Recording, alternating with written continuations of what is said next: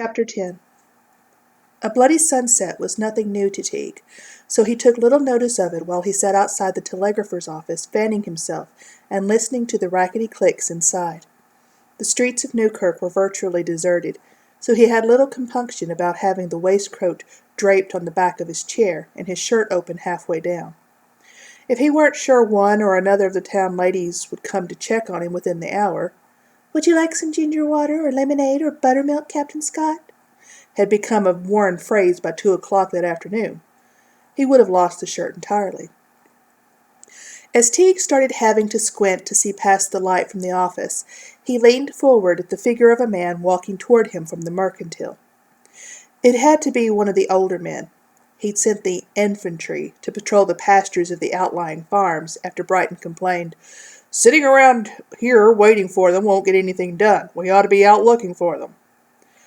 Teague had tired of hearing it and let them go, not even bothering to keep a man in reserve to fetch the main group if they were needed.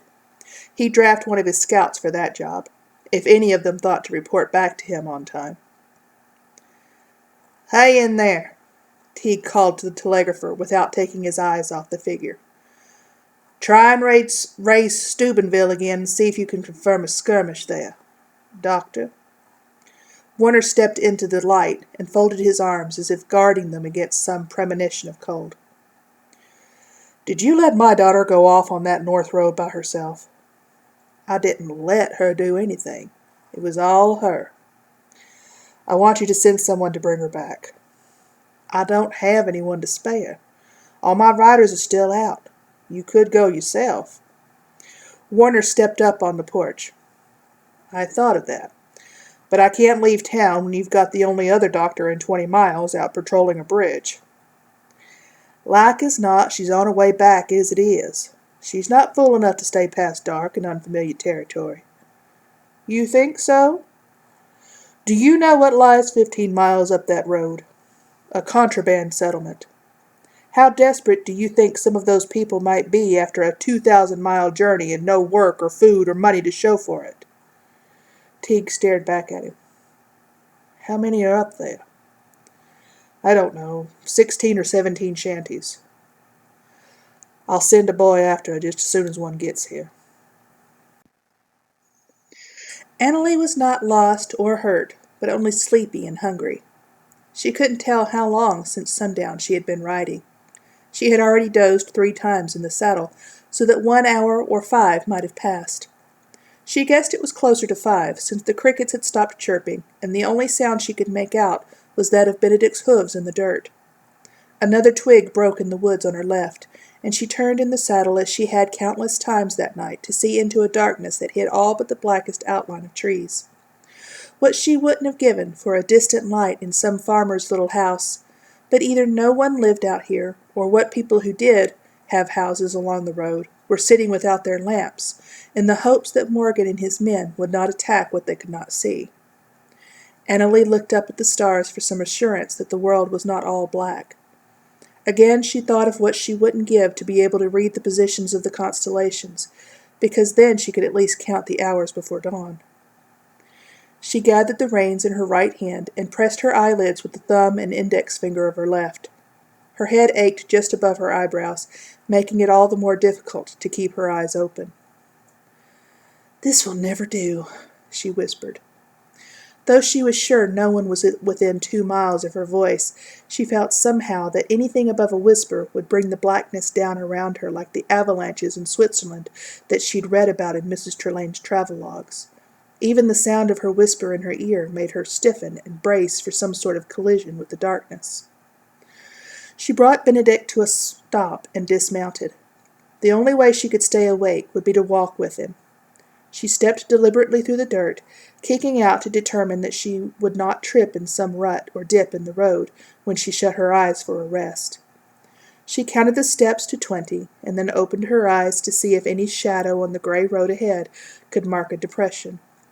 She counted another 20, opened her eyes, another 20, then just 10 seconds more, opened her eyes, and squinted. The thickness of the woods to her right tapered into a clearing, and at the far end of it, A light shone so dimly that Annalee had to walk toward it for a minute or so to determine that it did in fact grow larger and could not be a star. "At least one person's not scared of Morgan," she told Benedict as she searched the ground for some turn-off that would lead to the light. Finally, she saw a little footpath, too small for even a horse to walk without brushing against the tall grass alongside it, let alone any kind of wagon that farmers would need. But there was nothing larger around. The path went almost perfectly straight for a quarter-mile, then opened into a small yard in the middle of which stood a structure that only just qualified as a shack. The cracks in the planks were haphazardly filled with newspaper, so that the light coming through them created not a striped effect, but a splotched one, like buckshot in a skin. There was no door, but only a quilt hanging from 2 nails, worn thin enough to reveal the silhouettes of the occupants. The light she had seen from the road came from a paneless window no larger than one of Papa's medical books spread wide. That light was suddenly obstructed by a long figure emerging from the shack. Annalee's mind was slow in identifying the object, so slow that even after a bullet tore up the dirt a few inches from her feet, she was still hard-pressed to think of the word gun. "Stop there!" A woman's voice, low and harsh, ordered her to do something she would never have thought of contradicting. Her hands and arms ached in that dreadful kind of tension that she might feel at the sight of a tornado in the sky, or of a dead man's stare. "Who are you?" the woman demanded. Annalee tried to answer, but only became more frightened of the lack of sound coming from her throat. She took a deeper breath as if it would force the words out, but again she could only produce a rasping whisper that made her neck hurt because it would have been a scream if it could come. "You speak up, I ain't missing twice." Annalee might have cried if she had thought to do it. "Step over here in the light. Don't you run for it, neither." She couldn't bear to move her legs. A painful stiffness in her thighs radiated up her sides and into her back, and her feet felt like they had entered the painful stage of regaining circulation after having been asleep, when even the slightest wiggle of a toe sends a shock through the calves. Nevertheless, she scooted toward the patch of oil light in the dirt and held onto Benedict's neck for support. The sigh from the woman was audible as Annalee became visible in the light. "It ain't nothing but a little white lady," she said to someone inside as she brought the muzzle of the gun back in the window. "Run on out there and bring her in 'fore she wet herself." The quilt lifted from the side, and a young black man stepped out. He was about the same size as Annalee. If anything, he was skinnier. But when he raised his hand, she shrank to Benedict's other side before she realized that the man was only reaching for the bit. A little boy came out of the shack and made an exaggerated ushering movement like a valet or carriage boy. "Don't worry," the boy said. "He don't dare touch you. He dumb, but he ain't stupid."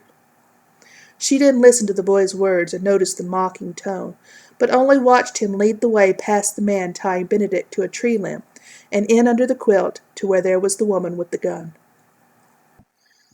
Wednesday, 1st October 1862. I'm on a train headed for one of the general hospitals. I don't know which one.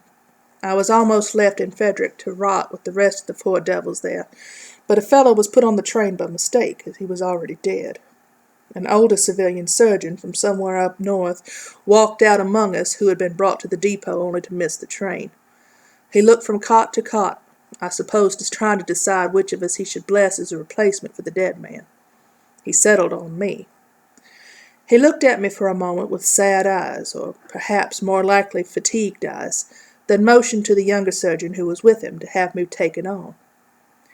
"It's pretty close quarters in here. I scarcely have room to write. My back aches from lying so long on it, but at least my ribs feel some better. I think I have a bit of a fever. I'm dreadfully cold and thirsty, and my eyes burn so from weariness I can't bear to keep 'em open.